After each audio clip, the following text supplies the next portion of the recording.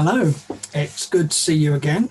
And we continue to think about the period between Easter and the Ascension and Pentecost. And over this period of time, 50 days between Easter and Pentecost, Jesus appeared to his disciples different times, different places, and assured them that he really was alive. They weren't dreaming, they weren't hallucinating. It was something real. But there's an interesting change that begins to happen, it seems, during this time. It's about how the first followers of Jesus are described, the name that's used to describe them as a group and as individuals. And you could say, well, what's in a name? It's interesting, some of us don't like the name that our parents give us, and sometimes we then use our second name, or we even ask people to call us by a different name, because we want a name perhaps that we think says something about the sort of person that we are, something perhaps deep about our identity. And it's like this for the first followers of Jesus, because Luke particularly, the writer of the Gospel, and then who writes his second volume, the Acts of the Apostles. Now, normally, most of the other Gospels, most of the time, not exclusively, but most of the time, call the followers of Jesus disciples. Luke, even in his Gospel, but particularly in the Acts of the Apostles, uses that new word, that different word. It's interesting, isn't it, that he doesn't title his second volume The Acts of the Disciples. He calls them and titles his book The Acts of the Apostles. Now, is it Luke just showing off that he knows more than one word for the followers of Jesus? He thinks, I'm fed up with using disciple all through the Gospel, so I'll call them apostles now. Or is it of more significance? I think it is of more significance, and I think it perhaps presents us with a challenge, because we are the followers of Jesus, his disciples, his apostles now. As one Christian commentator has put it, there's 28 chapters in the book of Acts as Luke wrote it, and we, and all the Christians down through the ages since that time, we are writing the 29th chapter of that book by the things we say and the things we do, that we are part of this great process of God's love and God's reality in Jesus, becoming known and becoming real, being declared, proclaimed to the world. So is there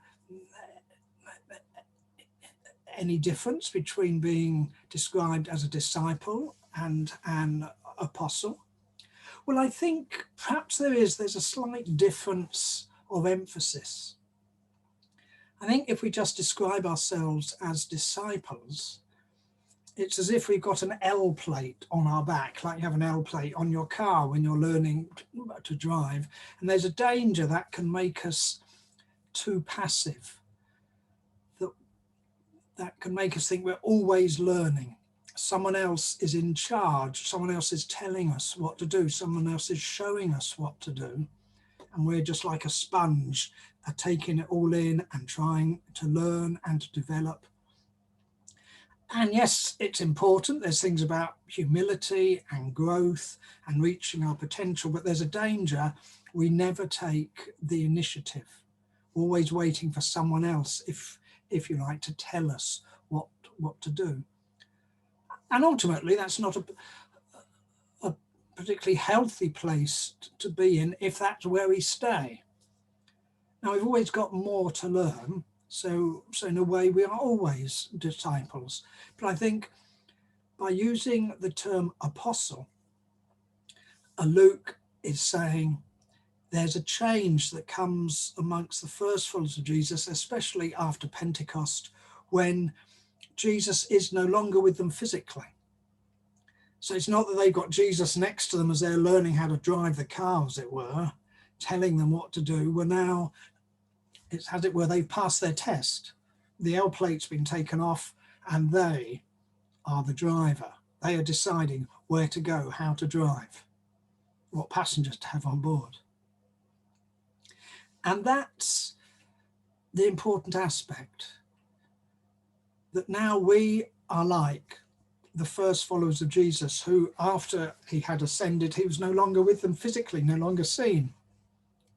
They were the ones who, yes, guided by the Holy Spirit, but yes, they were the ones who had to decide. They were the ones who had to take the initiative to decide what to do, where to go, who to speak to, how to speak, what words to preach, or how to teach, how to encourage people to know that there was a God who loved them. And maybe it was important for them as individuals to realize this new responsibility that they had for spreading the gospel, and how Jesus was saying, we value you so much that we are now placing how the gospel grows in your hands. Yes, we're going to help you through the Holy Spirit, but it's really your job now, your deal, your work, your mission. We send you out with our love and with our power and with our authority, but you are the ones. And that's the difference of emphasis.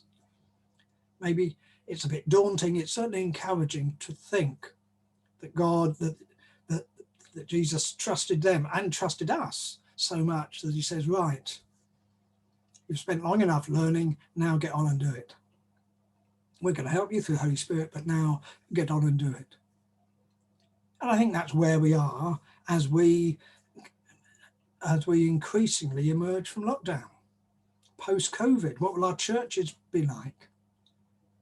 And maybe in this new world, as we try to build back better, it's definitely a time for us to see ourselves more as apostles, active, and less as disciples, as passive.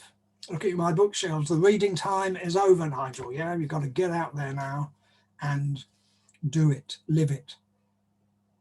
I think that's the challenge of this season and of this change in terminology.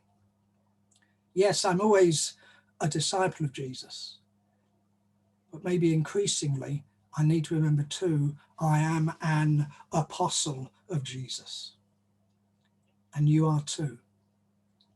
And we need to think about how we're going to live as apostles of Jesus.